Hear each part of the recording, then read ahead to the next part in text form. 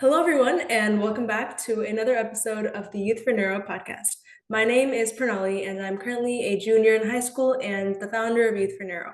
I'm joined today by Apsaline Douglas, a PhD neuroscience candidate at UT Southwestern, and prior to her work at UT Southwestern, she held a bachelor's degree in neuroscience at UT Austin. And so today at the Youth for Neuro podcast, we'll take a deeper dive into her experiences, research, and a lot more. And so thank you so much for joining us today, Apsaline. And how are you doing? I'm doing so well. Thank you for having me here. I'm very happy to see this kind of outreach that you're doing to our youth to advance careers in neuroscience. So I'm very happy to be part of this and happy to talk with you today. And same, likewise. Okay, so my first question for today is a little bit broad, and I wanted to ask you about your career goal, which is in neuroscience. And so, what exactly led you to pursue a career in neuroscience? Yeah, absolutely. So just to kind of go back to when I was a youth, I had always had an interest in science and asking scientific questions. At one point, I wanted to be a paleontologist, a volcanologist, an astrophysicist, but my specific interest in neuroscience didn't really come to fruition until I was in high school. So I have a brother and he's affected by autism spectrum disorder, and I'm sure you know, and other people know, but for those who don't, it is a condition that's typically diagnosed in early childhood. It's characterized by speech deficits, intellectual disability, and there's a wide spectrum of how this disorder is expressed. And so my brother is affected by this condition, and naturally I asked myself, why aren't there a lot of treatment solutions? Why aren't there any known mechanisms behind the pathology of this disorder? And so with that interest in mind, when I was a junior in high school, I took a summer course at Brown, in which I studied neuropsychiatric disorders like autism and neurodevelopmental disorders. And after taking that class, I kind of realized how even more passionate I am about the field. And so that following fall, when I was applying to university, I applied mostly to neuroscience programs.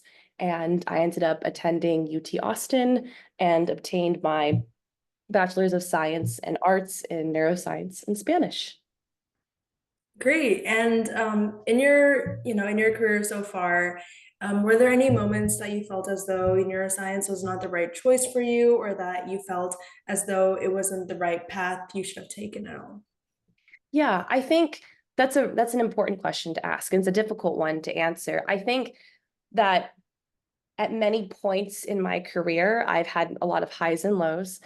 And I think that any sort of self-doubt, especially for me, kind of came from my doubt of my ability to, one, obtain more knowledge in the field, as well as kind of be up to par with what exists in the field. I think as you become more specialized and throughout high school and college and maybe a graduate degree, you learn and so much more. And that makes you feel a lot smaller as you're obtaining more knowledge. And so sometimes I'm like, I don't know enough about this topic, especially doing my PhD now. But I don't think that self-doubt ever imposed on my love for neuroscience. I think in the grand scheme, that little short-term blip of self-doubt is so small compared to the large scale journey that learning really is. Right. And I also wanted to expand a little bit more about your time at UT Austin. So you worked in a lab, and in that lab, the focus was on investigating the impact of spinal cord in an injury on neuroinflammation. So could you maybe talk a little bit more about your findings, and maybe the work that you did at that lab? Yeah, absolutely. So it was a great lab experience. I was very fortunate to have been in that lab when I was an undergraduate. And so actually the publication that I contributed to was sex differences in pain, specifically neuropathic pain as a result of spinal cord injury. So we basically wanted to see, are there sex differences in how pain is expressed as a result of spinal cord injury, and how can these sex differences potentially inform therapeutic interventions. So ultimately there was a clinical application to our work, but we just kind of wanted to see the mechanism, and we wanted to see like the behavioral readout of how can spinal cord affect things like pain, mood, depression, things like that. And so we looked at different behavioral phenotypes or behavioral assays, if you will. We looked at mechanical allodynia. We looked at heat hyperalgesia. We looked at neuropathic pain symptoms, both mechanical and thermal sensitivity. And we actually found that after administering a spinal cord injury to mice, there was increased pain sensitivity in the female mice during this recovery period as compared to males. So it seems that females were a little bit less resistant to recovery in a 2-week acute to chronic recovery period. And so with, looking at these behavioral phenotypes that we saw and differences in pain sensitivity in between the sexes, this can potentially inform, therapeutic interventions that can be sex specific. There's potentially cellular mechanisms that are sex specific in recovery. And so, yeah, that's just kind of like the brief overview of what I did. It was a really interesting experience because I got to work with graduate students. I got to work with professors that were doing academic research at my institution, and I gained a lot of experience in a short period of time. And so, yeah. Yeah, that sounds super cool. And wanted to expand also on UT Austin and your experience neuroscience there. So could you maybe give us like like a summary of maybe how like the coursework was, the rigor and balancing maybe like your research work, your lab work, your social life, and how you felt as though if you did get like a good rounding of a neuroscience education there?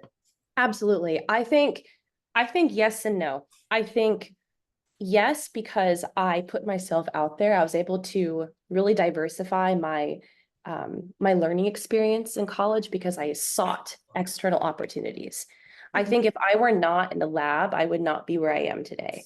I think coursework is very important as a foundation, and UT Austin, I mean, they're a top, 25 institution in the sciences, and they do a great job of providing that foundation for graduate careers.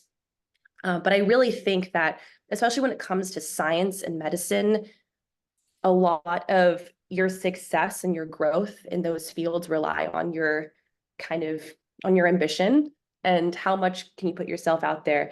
And luckily, UT Austin, I believe, offers a lot of those external opportunities I'm talking about.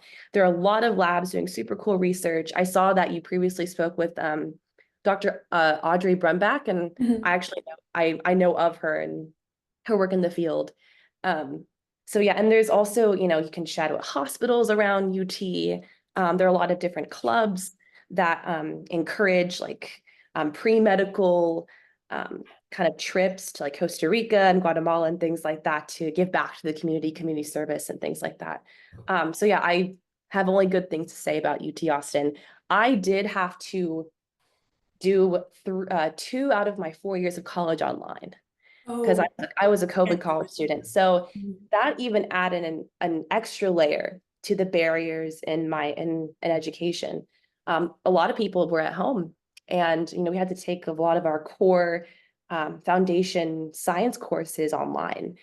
Um, so, but again, to kind of recap, I really think that there's a lot of opportunities at UT Austin and a lot of schools, but when it comes to science and medical careers, you have to really put yourself out there to kind of cultivate that future. So Yeah, and I wanted to ask like a follow-up question about getting those opportunities. And like I know as a high schooler, obviously getting a research is like a really hard thing. But even then, do you have any tips for maybe like those cold emails and actually getting responses back from people when you're seeking external opportunities? absolutely. I think,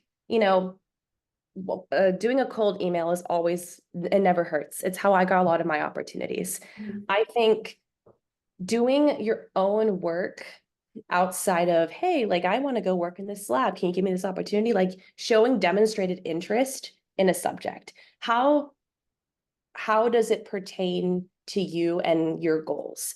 Because at the end of the day, being in a lab or shadowing a doctor is all fine and dandy. It's a great resume builder. But how is working in that specific environment going to advance your personal career goals? Like, I wanted to work in the spinal cord injury lab, but I knew that my long-term goal was studying neuropsychiatric disorders, neurodevelopmental disorders. But I expressed these goals to him, and I also kind of outlined how, and at the time, I kind of wanted a clinical research application. Not so much now, but we'll talk about more about that later. But yeah, I told my PI at the time, principal investigator, these are my goals. This is how I think I can fit in the lab's mission. How can we converge both the lab's mission and my mission together? And I also think, asking questions and not being afraid to not know something, because there's one thing that doctors and scientists love to do, and it's talk about their work. And I think just really opening your ears and listening to them and being curious is going to get you really far. And also, having good time management is important. When I was in college, my junior year, there was one point where I was a full-time TA. I was working in the lab. I was also taking 18 hours of credit, and I was definitely loading my schedule up. But, I want to constantly be learning and soaking up information. And that's how you're going to grow. Yeah, and do you think that experience in college really prepared you for PhD work, where you're at right now? Absolutely. I think I mentioned this earlier, I think with a PhD, a lot of it's a combination of a few factors. One of those factors being at the bench, working in the lab. And then number two is reading. A lot of people underestimate how much reading and goes into your learning, and reading things that you have no idea what they're about and just constantly absorbing information and getting familiar with the literature. And like I said, I think my classes provided a core foundation to the actual technical skills of doing experiments with my hands. But yeah, I think reading and being at the bench, being in the lab, and I guess the medical equivalent of that would be, being in the OR, being in the clinic, and then, keeping up to date with the medical research that in the particular field that you're interested in. Yeah, and my next question, actually, I wanted to take a step back and ask you about why exactly you chose to pursue a PhD. I know there's like a lot of avenues you can take. You can become like a medical doctor, you can go to grad school. And so why exactly did you choose to pursue a PhD degree? That's a great question. So yeah, as you may know, I decided to apply to PhD programs my senior year of college. So I went straight from undergraduate to graduate school. And I think the main deciding factor for me, because I was actually pre-med until the end of my sophomore year. And I think I realized I knew that I have an interest in science, but I had to differentiate, do I want to be part of helping people directly and providing therapeutic care? Or do I want to be part of answering those unknown scientific questions that will eventually inform therapeutic clinical care? And I kind of realized that I was more interested in the discovery, the uncovering, if you will, of information, rather than the like taking those answers to scientific questions and applying it to a clinical setting. Both are very much equally important, right? Because at the end of the day, you have medical research scientists and traditional research scientists designing drugs to, give to the doctors and the physicians to treat patients, right? There's a bridge there, but there are different skills that are needed in both of those things. And I think secondly, I just love science. I love asking questions. I kind of get obsessed with little things, and Mhm. that's a lot of what a PhD is. And it just kind of felt like the right choice. I think there are a lot of advantages for going straight into a PhD from undergrad, and there are also a lot of advantages for waiting. I think to decide to go into any graduate program, whether it be dental school, medical school, or graduate school, you have to really think about the commitment that you're making to your work. And also, like, not only are you mentally ready, but are you ready to sacrifice other things in your life. Because it's one thing to love the idea of doing something versus actually doing it. And I discussed this earlier, like with imposter syndrome. There have been times where I'm like, I don't know anything. Why am I here? Why did they let me into the program? But there's a reason why you're doing what you want to do and what other people are believing in you. So I guess back to the original question, why did I choose to do a PhD? I love science and I'm also a little bit crazy. Kind of both. But aren't we all in the field, right? We want to answer unknown questions. Mm-hmm. Okay, so I think my next question is about your PhD right now, present day. And so could you maybe give us like a small outline of maybe what your daily life looks like? Obviously not every day is the same, but maybe like what you go through in your PhD work, and if you could talk a little bit more about your experience so far. Yeah, absolutely. So I've been in my graduate program since August. Okay. And so basically the way that works and it varies by institution, but at my institution at the UT Southwestern Graduate School of Biomedical Sciences in Dallas, Texas, we have we have classes for a year, and then we have a rotation system. So there are some programs where, you apply to a school and you're applying to a specific lab. However, at my institution, we go through the rotation system. So we communicate to a potential PI, principal investigator, and we ask if we can rotate in their lab for a set period of time to kind of A, see if we're a good fit for the lab, if we like the science, and B, if the lab thinks that you're a good fit for them as well. And I've really enjoyed the experience because it gives you the opportunity to learn a lot of new skills and also get to do a lot of different things that you probably never get to do. Because whenever you commit to a lab, especially in neuroscience, realistically, it's a 5+ year commitment. And so you really have to make sure that the lab is a good fit for you, the people that you're working with and collaborating with are on the same page as you, making sure that your mentor is someone that you can put up with for the next 5 years, and that the work is something that you can be interested in. And can you stay motivated can you maintain your work ethic and your research even when your motivation is low?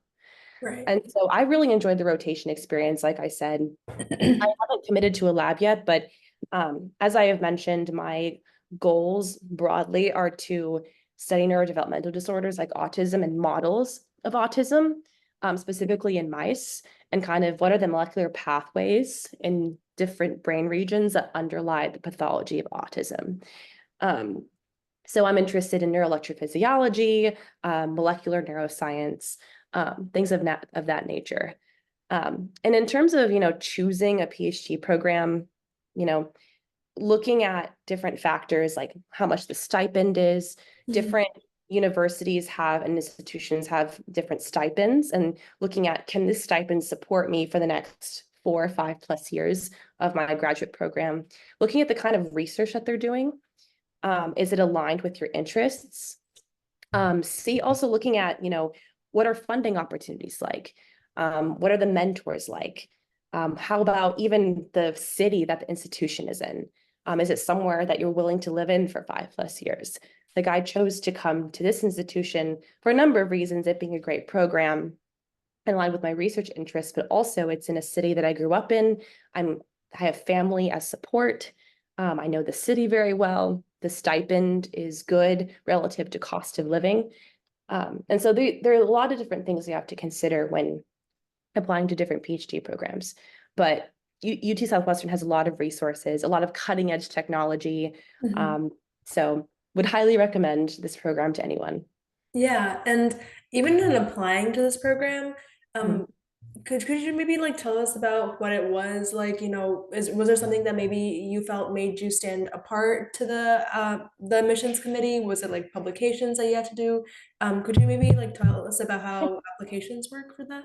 Yeah, absolutely. That's actually a very critical kind of part of this, right? Because we kind of talked about, how do you get into neuroscience when you're in college? And then now we're talking about, okay, how do you take that experience and kind of package yourself for graduate school?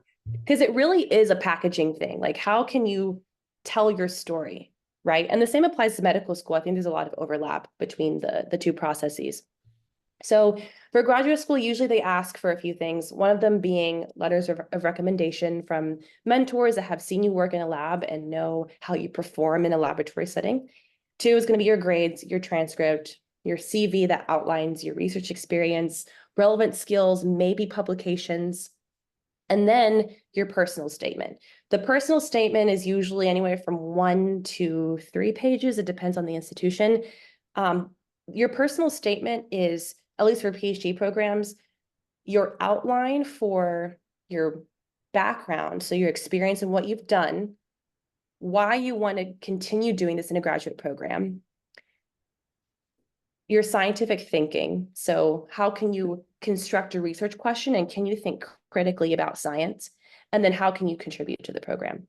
So all of those factors in a personal statement provide an institution an idea for how you would be as a scientist when you go to a PhD program. And so from those different metrics of how of your package that you're giving to them, like here you go, they take that and then you hope to get invited for interviews. It's a pretty selective process. Usually PhD classes range from anywhere between 10 to even 50 people. It really depends on the program. And then the interviews are usually how you have to talk to principal investigators, usually in the field of interest that you're looking to specialize in. And you talk to them about your current science, maybe why you want to pivot, why you want to stay in the field that you were in. So that's kind of a brief overview of the process. I know you had mentioned like what things are important for the application. I think more than anything else, having a publication, especially straight out of undergrad, is very uncommon. I was kind of at the right place, right time, and I worked pretty hard in the time I was in my lab. So I was able to be on a publication, but that's not even common for people that work in a lab 3 years after undergrad and then decide to go to graduate school. It's definitely not a requirement. I think programs are more interested in how can you refine your scientific thinking and can you explain your science well? That is the biggest thing. Science communication is probably the big banner in gold letters that they're looking for. So as long as you can communicate your passion, your why you want to do what you want to do, and what you know, then you're set. Okay, yeah, thanks for that little rundown. And I wanted to ask one last question for today, and it's very general. It's what's one piece of actionable advice that you would give a high schooler or an undergrad student who is listening to this who wants to actively pursue a career in neuroscience? I have a couple of pieces of advice. Sure. First one is you are so young and you have so much room left to grow. I mean, the amount of time that you have to learn so much, you have so much time. So give yourself grace. Don't beat yourself down in having to know, in pressuring yourself to know everything. You have a lot of time to learn that. I'm doing my PhD and I still feel like I know nothing somehow, but your time will come. And stay curious.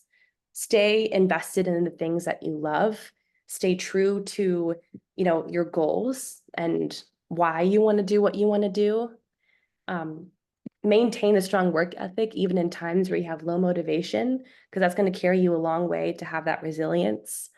And, ask questions. That kind of aligns with staying curious. Ask questions. Don't be afraid to reach out to mentors. Even reach out to me if you want to, if you can leave my email in the. Oh yeah, for sure. I'll leave it in the description. I would be happy to meet, via Zoom or via email, to discuss, science, because I love talking about science. Outreach is very important to me. Yeah, thank you so much for that piece of advice and those pieces of advice. Okay, so I think that last question was a good way to wrap up our discussion for today. And so thank you so much, Apsaline, for that insightful and very meaningful conversation about neuroscience. To stay updated with her research projects and even updated with herself, I'll add her email in our episode description so you can stay in contact with her. And as for us, make sure to follow us on all of our social media platforms like Instagram, LinkedIn, and Spotify. And until next time, this is Pranali signing off. Thank you.